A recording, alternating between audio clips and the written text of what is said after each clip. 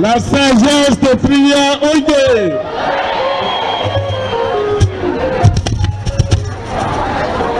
Monsieur le ministre, monsieur le gouverneur, monsieur le préfet, chers partenaires, mesdames, messieurs, je veux au nom du président de la République vous dire merci pour cette cérémonie. Friya, nous l'avons compris, a voulu témoigner à travers cette grandiose cérémonie. Les populations de Friya ont voulu témoigner leur joie pour la relance des activités de Friya. Nous avons compris également que par cette cérémonie, nous allons voulu témoigner votre reconnaissance au chef de l'État, le président de la République, qui a promis et a réalisé. À Carrefour,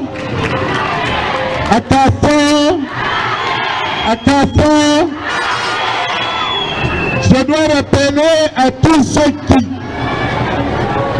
très souvent mettent en cause le gouvernement que la situation de blocage des activités de prière a été, hélas, l'œuvre des syndicats. Ce n'est pas le gouvernement qui a décidé d'arrêter Friya. Ce n'est pas Roussel qui a décidé d'arrêter Friya. C'est nos enfants, nos frères, qui, par un syndicalisme irresponsable, ont conduit à la fermeture de Friya.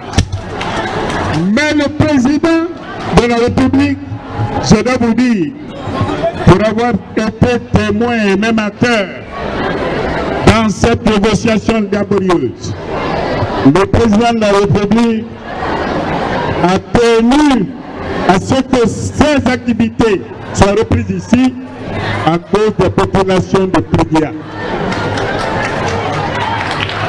Vous devez savoir, ceci est un exemple pour l'ensemble des populations de Guinée. Les partenaires viennent pour que dans un esprit constructif, nous puissions travailler et que ce travail produise des effets pour eux et pour nous.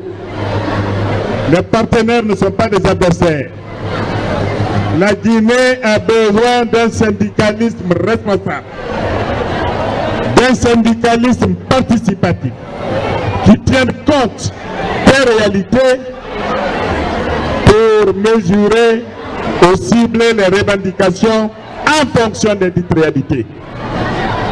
Vous devez savoir, Friya, que du côté l'engagement du président de la République, dans des conditions actuelles, Friya ne peut pas être relancé. Le contexte mondial, le contexte économique mondial, marqué par la dépression des prix des matières premières, n'autorise pas à n'importe quel économiste de recommander l'ouverture de Friya.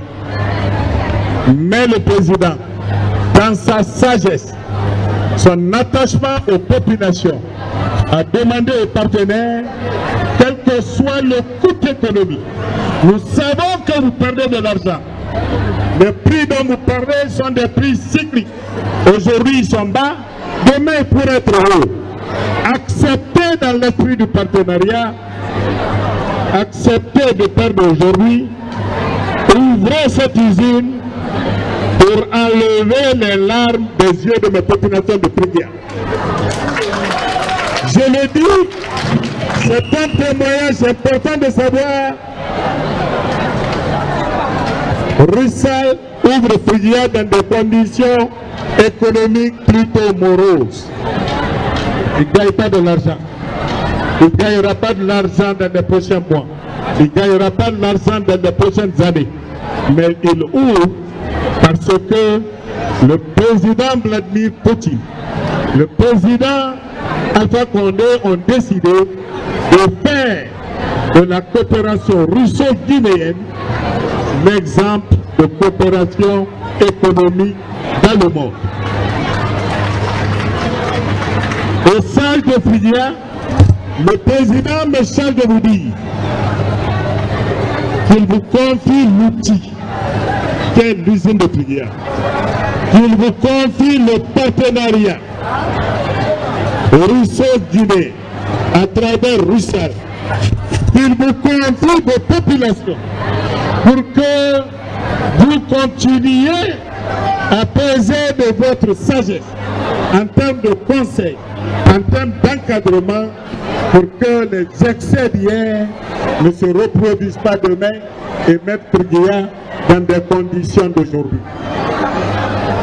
Le président m'a chargé de vous demander d'être très attentif à cette situation qui est plutôt précaire. La jeunesse de Friguia. Le président me demande de vous dire qu'il a fait cet effort pour donner à Friguia des chances, notamment la jeunesse, des chances de se réaliser. Il y a peu de préfectures qui a le capital industriel comme Friguia qui permettent à la jeunesse demain de pouvoir aller à l'école, de pouvoir accéder à une formation professionnelle et de pouvoir accéder à un emploi rémunérateur. Refuser catégoriquement qu'un syndicalisme irresponsable vous prive de cet outil qui est essentiel pour votre vie et votre devenir.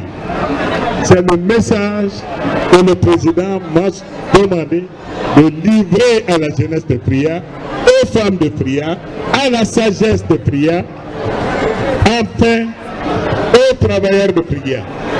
C'est là nous venons de visiter l'usine. Si vous y allez, vous comprendrez les défis techniques qui se posent pour relever, pour relancer cette usine. Tout est gâté, tout est bloqué. On dirait les ruines d'un champ de guerre. C'est cela la réalité aujourd'hui. Il faut l'engagement, il faut la volonté politique, il faut l'abnégation de nos partenaires pour que ce outil puisse être relancé. C'est pourquoi il appartient à tout Friguia d'y veiller. L'usine n'est pas une usine politique. Ce n'est pas un endroit pour faire de la politique. C'est un endroit pour créer la richesse, richesse qui aide les uns et les autres, les femmes et les hommes, les jeunes et les vieux à soulager leurs peines. Au nom de la délégation, je clôture en disant merci Friguia, merci Russell,